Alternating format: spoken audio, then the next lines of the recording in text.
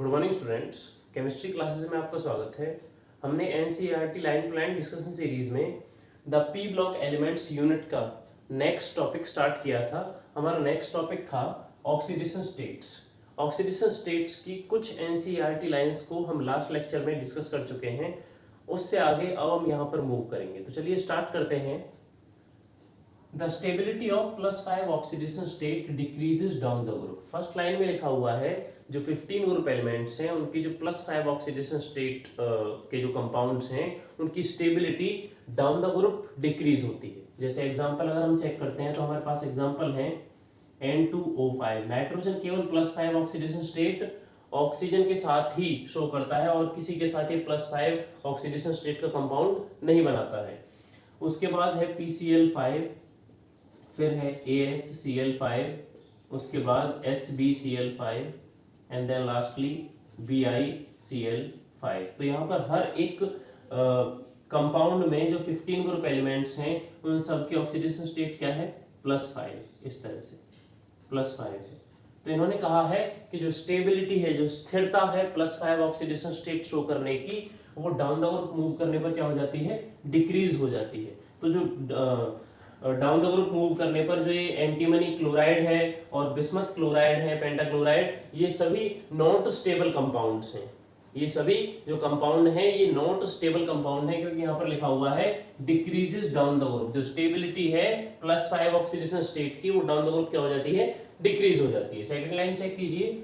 The only well characterized bismuth 5 compound in BiF5। आप देखिए halides में बिस्मथ केवल किसके साथ रिएक्शन शो करता है? फ्लोरीन के साथ।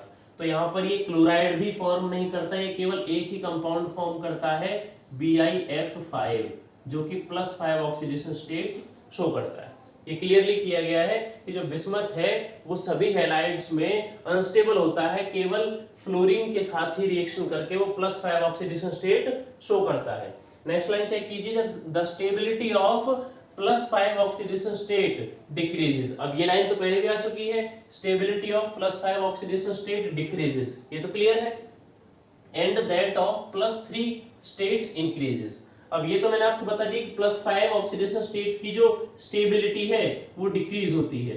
Stability decreases but +3 state increases. लेकिन +3 ऑक्सीडेशन स्टेट की जो स्टेबिलिटी है वो इंक्रीज होती है। मतलब अगर हम यहाँ पर चेक करें कि नीचे जाते हुए जो +5 ऑक्सीडेशन स्टेट वाले जितने भी कंपाउंड हैं ये थोड़ा सा हीट करने पर ही 2 बॉन्ड्स को ब्रेक कर देते हैं और +3 ऑक्सीडेशन स्टेट। तो इसको हम एक एग्जांपल के थ्रू समझ लेते हैं। देखिए PCl5 after that reaction PCl3 + Cl2। अगर हम PCl5 को हीट करते हैं तो PCl5 PCl3 में कन्वर्ट होता है और Cl2 क्लोरीन गैस यहाँ से इवॉल्व होती है। तो आप चेक कीजिए PCl5 में फास्फोरस में +5 ऑक्सीडेशन स्टेट है और यहाँ पर +3 ऑक्सीडेशन स्टेट है। तो यहाँ मोर स्टेबल कौन है? PCl3। ये मोर स्टेबल है, मोर स्टेबल। ये लेस स्टेबल है, लेस स्टेबल। देखिए इन्होंने कहा डाउन द ग्रुप मूव करते। जब PCl5 को भी हीट करने के बाद वो PCl3 और Cl2 में आसानी से कन्वर्ट हो गया तो नीचे वाले तो बिल्कुल अनस्टेबल हो जाएंगे। नीचे वाले आर्सेनिक, एंटीमनी एंड बिस्मथ जो हैलाइड्स फॉर्म करेंगे, पेंटा हैलाइड्स +5 ऑक्सीडेशन स्टेट शो करेंगे, वो तो बिल्कुल अनस्टेबल हो जाएंगे। तो वही लाइन यहाँ पर लिखी हुई है, stability of +5 oxidation state decreases and that of +3 state increases. तो अगर हम चेक करते हैं जैसे PCl5 लेस स्टेबल है, PCl3 मोर स्टेबल है, इसी तरह से AsCl3 मोर स्टेबल है और SbCl3 मोर स्टेबल है। और लास्ट में जाते जाते BiCl3 फॉर्म नहीं होता है।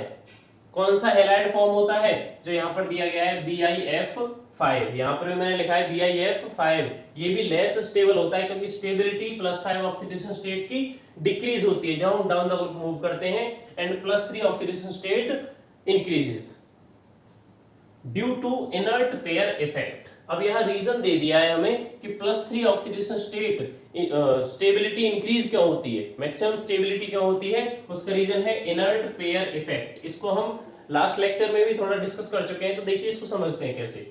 जब हम डाउन द ग्रुप मूव करते हैं तो एटॉमिक साइज क्या होता है, इंक्रीज होता है। बात को समझिए, atomic size increases, atomic size increases. जैसे जैसे एटॉमिक साइज इंक्रीज होता है तो लास्ट सेल के इलेक्ट्रॉन इजीली लॉस करते हैं, ठीक है। तो देखिए यहां पर अगर मैं इलेक्ट्रॉनिक कॉन्फ़िगरेशन लिखता हूं लास्ट सेल का, तो बिस्मथ है हमारे पास जो कि 6th पीरियड में है, 2nd, 3rd, 4th, 5th, 6th, और 6th पीरियड में 6s2 और 6p3। तो यहां चेक कीजिए जो s सब शेल है यहां पर कंप्लीटली इलेक्ट्रॉन फिल है, क्योंकि s में 2 इलेक्ट्रॉन आते हैं तो यहां पर पेयरिंग है, और जो इलेक्ट्रॉन पेयर फॉर्म में ऑर्बिटल्स में प्रेजेंट होते हैं वो हाईली स्टेबल होते हैं। आप इस बात को समझिए कि जो इलेक्ट्रॉन सब सेल्स में कंप्लीटली फिल होते हैं, पेयरिंग फॉर्म में होते हैं, वो हाईली स्टेबल होते हैं। जबकि यहां पर चेक कीजिए, यहां p में 3 ही इलेक्ट्रॉन है, p ऑर्बिटल्स में 3 इलेक्ट्रॉन है, जबकि होते कितने हैं, 6 इलेक्ट्रॉन। तो यहां पर ये p के 3 इलेक्ट्रॉन्स बॉन्डिंग में इन्वॉल्व होते हैं और +3 ऑक्सीडेशन स्टेट शो कर देते हैं, जिससे बिस्मथ +3 ऑक्सीडेशन स्टेट में मोर स्टेबल रहता है, मोर स्टेबल, ठीक है। और यहां पर ये जो s के इलेक्ट्रॉन है इनर कोर में जो ये s के इलेक्ट्रॉन्स हैं ये रिलैक्स कर जाते हैं, रिलैक्सेशन में आ जाते हैं, ये बॉन्डिंग में पार्टिसिपेट नहीं करते हैं। तो ये जो पेयर है, ये जो s सब शेल में इलेक्ट्रॉन्स का पेयर है, ये किस तरह से बिहेव करता है, इनर्ट पेयर की तरह बिहेव करता है, और इसी को बोलते हैं इनर्ट पेयर इफेक्ट, जिसकी वजह से +3 ऑक्सीडेशन स्टेट कौन बनाता है, 6p। मतलब p सब शेल में जो इलेक्ट्रॉन्स होते हैं वो केवल +3 ऑक्सीडेशन स्टेट शो करते हैं और वही स्टेबल भी हो जाता है, और s अपने इलेक्ट्रॉन्स को रिलैक्स कर लेता है, बॉन्डिंग में पार्टिसिपेट नहीं कराता है, ठीक है। और जब वो बॉन्डिंग में पार्टिसिपेट नहीं कराता है तो जो +5 ऑक्सीडेशन स्टेट होती है वो शो नहीं हो पाती है। +5 ऑक्सीडेशन स्टेट वहां पर नॉट मच स्टेबल, वहां पर जो +5 ऑक्सीडेशन स्टेट है वो स्टेबल नहीं रह पाती है। इसलिए इन्होंने कहा है डाउन द ग्रुप मूव करते हुए +3 ऑक्सीडेशन स्टेट की स्टेबिलिटी तो इंक्रीज हो जाएगी, +5 ऑक्सीडेशन स्टेट की स्टेबिलिटी डिक्रीज हो जाएगी due to inert pair effect. Inert pair effect बहुत सिंपल है, डाउन द ग्रुप मूव करते हुए जो इनर ऑर्बिटल्स होते हैं उनके इलेक्ट्रॉन्स रिलैक्स कर जाते हैं, बॉन्डिंग में पार्टिसिपेट नहीं करते हैं। उसका रीजन क्या होता है, atomic size increases. Down the group move करते हुए इन एटम्स का साइज क्या हो जाता है, इंक्रीज हो जाता है। क्लियर है। उसके बाद देखिए डाउन द ग्रुप, तो जैसा मैंने आपसे कहा डाउन द ग्रुप मूव करते हुए इनर्ट पेयर इफेक्ट की वजह से +3 ऑक्सीडेशन स्टेट की स्टेबिलिटी क्या हो जाती है, इंक्रीज हो जाती है। Besides +5 oxidation state nitrogen exhibits +1 +2 +4 oxidation states also when it react with oxygen। अब +5 ऑक्सीडेशन स्टेट को छोड़कर जो नाइट्रोजन है ये +1 +2 +4 ऑक्सीडेशन स्टेट्स भी शो करती है जब ये ऑक्सीजन के साथ रिएक्ट करती है। तो देखिए ऑक्सीजन के कुछ कंपाउंड्स हैं जो नाइट्रोजन के साथ बनते हैं। देखिए यहां पर है एग्जांपल हमारे पास N2O डाइनाइट्रोजन मोनोऑक्साइड। तो यहां पर अगर हम नाइट्रोजन के ऑक्सीडेशन स्टेट चेक करें तो यहां पर नाइट्रोजन की ऑक्सीडेशन स्टेट कितनी हो जाएगी, 2x + -2 = 0, then x will be equal to +1। यहां नाइट्रोजन की ऑक्सीडेशन स्टेट हो गई है +1। उसके बाद सेकंड एग्जांपल है NO। तो यहां पर ऑक्सीजन के साथ रिएक्शन नाइट्रोजन ने की है तो +2 ऑक्सीडेशन स्टेट यहां पर नाइट्रोजन की हो जाएगी, ठीक है। उसके बाद है N2O3। N2O3 में नाइट्रोजन की ऑक्सीडेशन स्टेट हो जाएगी +3। उसके बाद है N2O4। अब देखिए NO और N2O यहां पर चेक कीजिए, यहां पर हो जाएगा 2x + 4 × -2 = 0, then x will be equal to कितना हो गया, +8/2। तो यहां से हमारे पास ऑक्सीडेशन स्टेट आ गई है +4।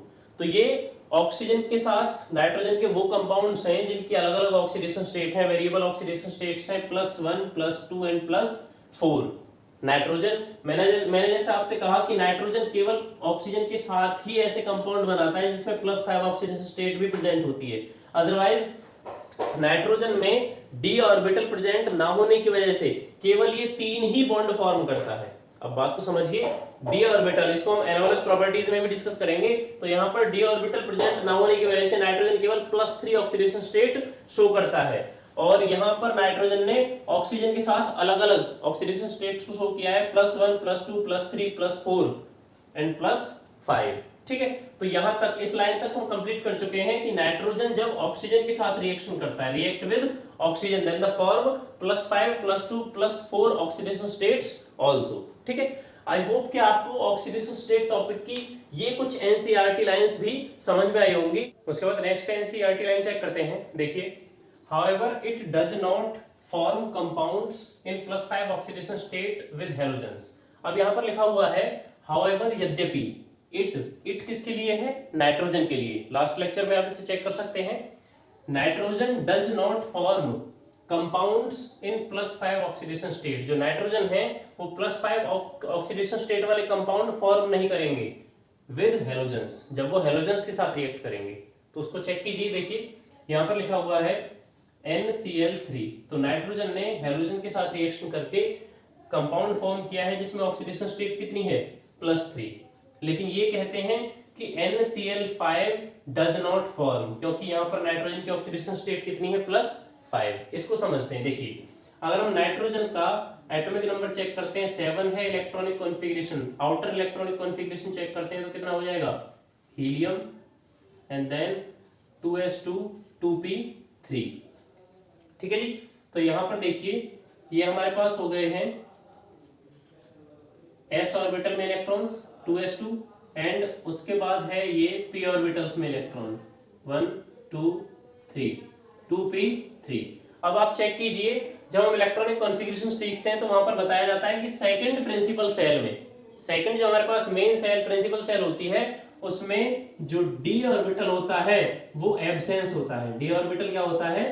एब्सेंस, ऑर्बिटल एब्सेंस होता है, क्योंकि d ऑर्बिटल कहां पर आता है? थर्ड सेल में प्रेजेंट होता है। थर्ड सेल में d ऑर्बिटल्स प्रेजेंट होते हैं। तो यहां पर d ऑर्बिटल्स क्या है? एब्सेंस है। तो आप चेक कीजिए, s में 2 कंप्लीट इलेक्ट्रॉन्स हैं और p में हाफ फिल्ड है, क्योंकि एक एक इलेक्ट्रॉन तीनों ऑर्बिटल्स में है। अब यहां देखिए, as nitrogen does not have d orbitals to accommodate electron from other elements to form bonds। तो यहां पर रीजन दिया हुआ है कि +5 ऑक्सीडेशन स्टेट वाले कंपाउंड नाइट्रोजन हैलोजेंस के साथ शो क्यों नहीं करता है? क्योंकि उसके पास d orbital does not have d orbitals, क्योंकि इसके पास d ऑर्बिटल नहीं होते। अब केवल ये तो नहीं कि d ऑर्बिटल नहीं होते इसलिए ये पेंटा हैलाइड शो नहीं करता। देखिए, इस बात को समझते हैं। यहाँ पर 3 इलेक्ट्रॉन अभी शेयर किए जा सकते हैं। अगर मैं यहाँ एग्जांपल लेता हूँ क्लोरीन का, तो 3 क्लोरीन है हमारे पास और एटॉमिक नंबर 17 है। तो यहाँ पर लास्ट सेल के इलेक्ट्रॉन्स कितने हैं? 3s2 3p5। आप चेक कीजिए, टोटल इलेक्ट्रॉन्स कितने हो गए हैं? 7। और ऑक्टेट कंप्लीट करने के लिए कितने इलेक्ट्रॉन्स और चाहिए? 1 इलेक्ट्रॉन। तो हम कह सकते हैं एक क्लोरीन को 1 इलेक्ट्रॉन चाहिए अपना इलेक्ट्रॉनिक कॉन्फ़िगरेशन स्टेबल करने के लिए। अपना इलेक्ट्रॉनिक कॉन्फ़िगरेशन स्टेबल करने के लिए 1 इलेक्ट्रॉन चाहिए। तो क्या होगा? 1 इलेक्ट्रॉन क्लोरीन किसके साथ शेयर कर लेगा? इस p ऑर्बिटल्स में प्रेजेंट इलेक्ट्रॉन के साथ। मतलब एक क्लोरीन को हमने यहाँ पर शेयर करा दिया, एक क्लोरीन ने यहाँ इस p ऑर्बिटल्स के इलेक्ट्रॉन्स के साथ बॉन्डिंग में पार्टिसिपेशन कर लिया। उसके बाद सेकंड क्लोरीन है, सेकंड क्लोरीन को भी एक ही इलेक्ट्रॉन चाहिए, वो यहाँ पर पार्टिसिपेट कर लेगा, और थर्ड क्लोरीन यहाँ पर पार्टिसिपेट कर लेगा। इस तरह से जो नाइट्रोजन की ऑक्सीडेशन स्टेट हो जाएगी वो NCl3, क्योंकि 3 क्लोरीन एक एक करके यहाँ पर पार्टिसिपेट कर रहे हैं, तो इसकी कितनी हो जाएगी? +3 ऑक्सीडेशन स्टेट, जो कि स्टेबल है। जबकि अगर हम बात करते हैं 5 ऑक्सीडेशन स्टेट की, तो यहाँ पर 5 क्लोरीन मतलब 2 क्लोरीन और चाहिए बॉन्डिंग में पार्टिसिपेट करने के लिए। लेकिन बॉन्डिंग में पार्टिसिपेट केवल तब कर सकते हैं जब कोई अनपेयर्ड इलेक्ट्रॉन हो। तो अनपेयर्ड इलेक्ट्रॉन बन सकते थे अगर यहाँ पर d ऑर्बिटल प्रेजेंट होता। d ऑर्बिटल के प्रेजेंट होने से ये जो s के पेयर इलेक्ट्रॉन्स हैं ये एक्साइटमेंट में आते और एक्साइट होकर d ऑर्बिटल की तरफ मूव करते, जहां हमारे पास 2 इलेक्ट्रॉन्स क्या हो जाते? अनपेयर्ड हो जाते। जबकि यहाँ पर डी ऑर्बिटल क्या है, एब्सेंस है, और जब एब्सेंस है तो ये पेयर अनपेयर्ड नहीं होगा, जिसकी वजह से बचे हुए 2 क्लोरीन जो यहाँ पर Cl2 एक्स्ट्रा है ना, NCl3 तो बन गया यहाँ पर, NCl5 में 2 क्लोरीन जो एक्स्ट्रा है वो यहाँ पर पार्टिसिपेट नहीं कर पाएंगे, इसलिए ये रीजन दिया हुआ है does not have D orbitals. अगर यहाँ पर वेकेंट डी ऑर्बिटल होता तो यहाँ इलेक्ट्रॉन s के इलेक्ट्रॉन एक्साइट होते और हमें 2 अनपेयर्ड इलेक्ट्रॉन मिल जाते, और उन अनपेयर्ड इलेक्ट्रॉन्स को हम क्लोरीन के अनपेयर्ड इलेक्ट्रॉन्स के साथ शेयर कराते और ये NCl5 फॉर्म कर देता। लेकिन क्योंकि यहाँ पर डी ऑर्बिटल्स प्रेजेंट नहीं है, इसलिए हेलोजन्स के साथ nitrogen it does not form, it का मतलब यहाँ पर नाइट्रोजन है, nitrogen does not form +5 oxidation state, तो ये NCl5 शो नहीं होगा। उसका सिंपल सा रीजन है does not have D orbitals in nitrogen atom, nitrogen atom में डी ऑर्बिटल्स प्रेजेंट नहीं होते हैं। उसके बाद चेक कीजिए next line, phosphorus also shows +1 and +4 oxidation states in some oxo acids. इसको अब हम एग्जांपल के थ्रू चेक करते हैं। देखिए हमारे पास एग्जांपल है H3PO2, ये ऑक्सो एसिड है किसका, फास्फोरस का। तो यहाँ पर ऑक्सीडेशन स्टेट चेक करते हैं। देखिए हाइड्रोजन के लिए हो गया +3 +X प्लस ऑक्सीजन पर 1 ऑक्सीजन पे -2 चार्ज होता है, तो ये 2 ऑक्सीजन के लिए कितना हो गया -4 is equal to 0, then X will be equal to +1। तो यहाँ पर फास्फोरस की जो ऑक्सीडेशन स्टेट है वो कितनी आ गई है, +1। और यही इन्होंने कहा है कि phosphorus also shows +1 and +4 oxidation states in some oxo acids. अब यहाँ पर +1 तो हमने शो कर दिया, +4 ऑक्सीडेशन स्टेट चेक कीजिए। देखिए +4 ऑक्सीडेशन स्टेट है H4P2O6। इसमें अगर हम चेक करते हैं तो फास्फोरस की ऑक्सीडेशन स्टेट देखिए, हाइड्रोजन के लिए हो गया +4 +2X, फास्फोरस की ऑक्सीडेशन स्टेट निकालनी है तो फास्फोरस को X यूज कर लिया, प्लस ऑक्सीजन में -2 चार्ज होता है, 6 के लिए कितना हो गया -2 × 6 will be equal to 0, then +4 +2X plus -12 is equal to 0, then 2X यहां पे कर लेते हैं, 2X इज इक्वल टू -12 +12 हो जाएगा, +12 -4, then X is equal to 8 +8 हो जाएगा डिवाइडेड बाई 2। यहाँ पर जो 2 है ये यहाँ मल्टीप्लाई कर रहा है, इस तरफ डिवाइड करेगा, then X will be equal to +4, और X हमारे पास क्या है फास्फोरस, तो यहाँ पर +4 ऑक्सीडेशन स्टेट हो जाएगी। तो यहाँ पर जो लिखा हुआ है phosphorus also shows +1 and +4 oxidation states in some oxo acids, उसके लिए हमने यहाँ पर एग्जांपल चेक कर लिया है। उसके बाद नेक्स्ट लाइन चेक कीजिए, इन the case of nitrogen all oxidation states from +1 to +4 tend to disproportionate in acid solution। अब इन्होंने कहा है कि अगर हम नाइट्रोजन की केस में बात करें तो नाइट्रोजन सभी ऑक्सीडेशन स्टेट्स में +1 to +4 डिस्प्रपोर्शनेट रिएक्शन शो करता है एसिडिक सॉल्यूशन में। अब डिस्प्रपोर्शनेट ऑक्सीडेशन स्टेट्स होती क्या है या रिएक्शंस कौन सी होती हैं जो डिस्प्रपोर्शनेट रिएक्शन होती हैं। देखिए एग्जांपल है HNO2 नाइट्रस एसिड हमारे पास है, एसिडिक सॉल्यूशन है, तो ये डिस्प्रोपोर्शनेट करता है क्योंकि यहाँ पर नाइट्रोजन की ऑक्सीडेशन स्टेट चेक करें तो कितनी है, देखिए ये हमारे पास हो गया +1 हाइड्रोजन के लिए हो गया, +X नाइट्रोजन है, और ये हो गया +-4, ठीक है, इज इक्वल टू 0। तो X यहाँ पर कितना आ जाएगा, +4 इस तरफ जाएगा तो -4 इस तरफ जाएगा तो +4 हो जाएगा। देखिए X इज इक्वल टू +4 और ये -1 हो जाएगा, then X will be equal to +3। तो नाइट्रस एसिड में नाइट्रोजन की ऑक्सीडेशन स्टेट कितनी हो गई है, +3। उसके बाद चेक कीजिए डिस्प्रोपोर्शनेट कैसे होगा, डिसोसिएट होकर क्या बनाएगा, HNO3 +H2O +2NO nitrogen oxide. तो यहाँ चेक कीजिए कि प्रोडक्ट में नाइट्रोजन 2 नाइट्रोजन है, एक तो नाइट्रिक एसिड में है और एक नाइट्रोजन ऑक्साइड में है। ये नाइट्रोजन दोनों की ऑक्सीडेशन स्टेट चेक करते हैं। देखिए यहाँ पर हाइड्रोजन कितना हो गया, +1 +X प्लस यहाँ पर ऑक्सीजन की कितनी हो जाएगी, -6, ऑक्सीजन पर जो चार्ज है वो कितना हो गया, -6 will be equal to 0, then X will be equal to 5 -6 और +1, तो यहाँ पर इज इक्वल टू किस तरफ करेंगे तो +5 ऑक्सीडेशन स्टेट किसकी आ गई है, नाइट्रोजन की। ठीक है, उसके बाद यहाँ देखिए नाइट्रोजन ऑक्साइड में चेक करते हैं। नाइट्रोजन ऑक्साइड में है यहाँ पर -2 चार्ज है, तो इस पर कितना हो जाएगा +2। तो डिस्प्रपोर्शनेट का मीनिंग क्या होता है, डिस्प्रपोर्शनेट मतलब जो उसका प्रपोर्शन है वो सेम ना आए, मतलब सेम ऑक्सीडेशन स्टेट ना हो। इन्होंने कहा है कि डिस्प्रपोर्शनेट रिएक्शन होती क्या है, जिनमें रिएक्शन होने के बाद प्रोडक्ट में एक जो सेम एटम है उसकी ऑक्सीडेशन स्टेट सेम ना होकर डिफरेंट हो जाए। बात को समझिए, अगर किसी भी सिंगल एटम को हम प्रोडक्ट में चेक करते हैं ड्यूरिंग रिएक्शन के दौरान किसी भी एक सिंगल एटम को जो सेम एटम है, जैसे यहाँ पर सेंट्रल एटम कौन है, नाइट्रोजन, तो नाइट्रोजन को हमने इन दोनों प्रोडक्ट्स में चेक किया, इन दोनों प्रोडक्ट्स में नाइट्रोजन की जो ऑक्सीडेशन स्टेट है वो डिफरेंट है, और जहां पर सेम एटम्स की ऑक्सीडेशन स्टेट डिफरेंट हो उस टाइप की जो रिएक्शंस होती हैं उन्हें बोलते हैं डिस्प्रपोर्शनेट रिएक्शन।